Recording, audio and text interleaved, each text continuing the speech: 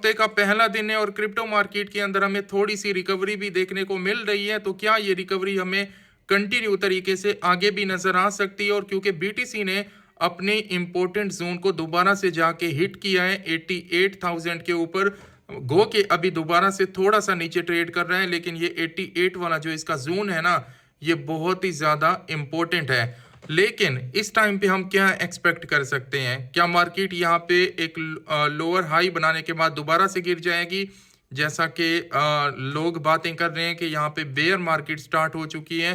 तो क्या मार्केट के अंदर हमें मोमेंटम देखने को मिल सकता है? ऑल्ट के अंदर हमें कोई रैली शैली देखने को मिलेगी या फिर सारा कुछ खत्म हो चुका है? इसके ऊपर बात करेंगे। बट सबसे पहली बात, इंपॉर्टेंट बात, आपने इस आईडी को फॉलो करना है ताकि एक्यूरेट इंफॉर्मेशन डेली बेसिस पर क्रिप्टो मार्केट की आपको देखने को मिल जाए। बाय द वे, इस टाइम पे जो हालात बने हुए हैं ना, लोगों के अंदर बहुत ही ज्यादा डर है। लोग समझ रहे हैं कि यार अब इस बार कुछ नहीं होने वाला, क्योंकि बीटीसी जितना गिरा है ना इन 1.5 मंथ के अंदर, आप सोच भी नहीं सकते। $1,26,000 से गिरने के बाद 80,000 को इसने टच कर दिया। गो कि अभी दोबारा से रिकवर करके 88,000 को भी इसने आज अभी टच किया है थोड़े टाइम पहले। तो मेरे ख्याल में वीकली क्लोजिंग भी अभी हमें अच्छी मिल चुकी है। लेकिन सेंटीमेंट इस टाइम पे देखा जाए तो ओवरऑल यहाँ पे बेयर सेंटीमेंट है, क्योंकि यहाँ पे लगातार वेल्स की जो सेलिंग थी, आपको पता है कि पिछले 15-20 दिनों, एक मंथ हो चुका है, ब्लैक रॉक जैसी बड़ी कंपनी लगातार यहाँ पे सेल आउट कर रही थी, और कुछ और भी वेल्स थी जिनका सेलिंग प्रेशर मार्केट के ऊपर था, तभी जाके मार्केट के अंदर ये सेंटीमेंट बने। और सबसे बड़ी जो बात थी वो लॉन्ग ट्रेडर की थी।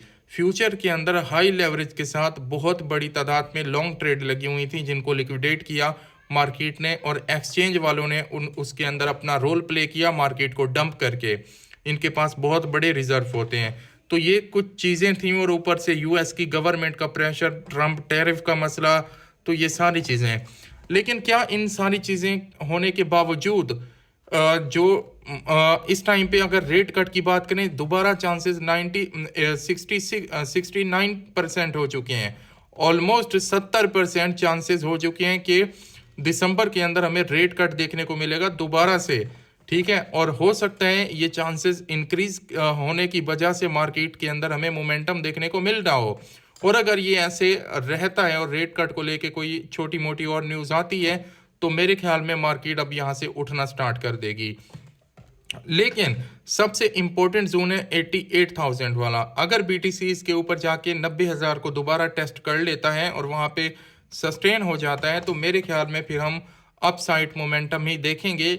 नहीं तो अगर इसके नीचे रहता है तो आने वाले कुछ दिनों के अंदर हमें फिर अगला जो टारगेट होगा बीटीसी का, वो डरा रहा है भाई साहब 74,000 के ऊपर। लेकिन मैं उसको वहाँ पे जाता हुआ नहीं देख रहा, क्योंकि जो भी हो जाए ना, वहां तक बीटीसी को नहीं फिसलना चाहिए। लगता नहीं है, फंडामेंटली भी देखें, कोई ऐसी बड़ी बुरी न्यूज़ इस टाइम पे नहीं चल रही। मेरे ख्याल में हमें चिल करना चाहिए। स्पॉट के अंदर है तो और चिल करना चाहिए।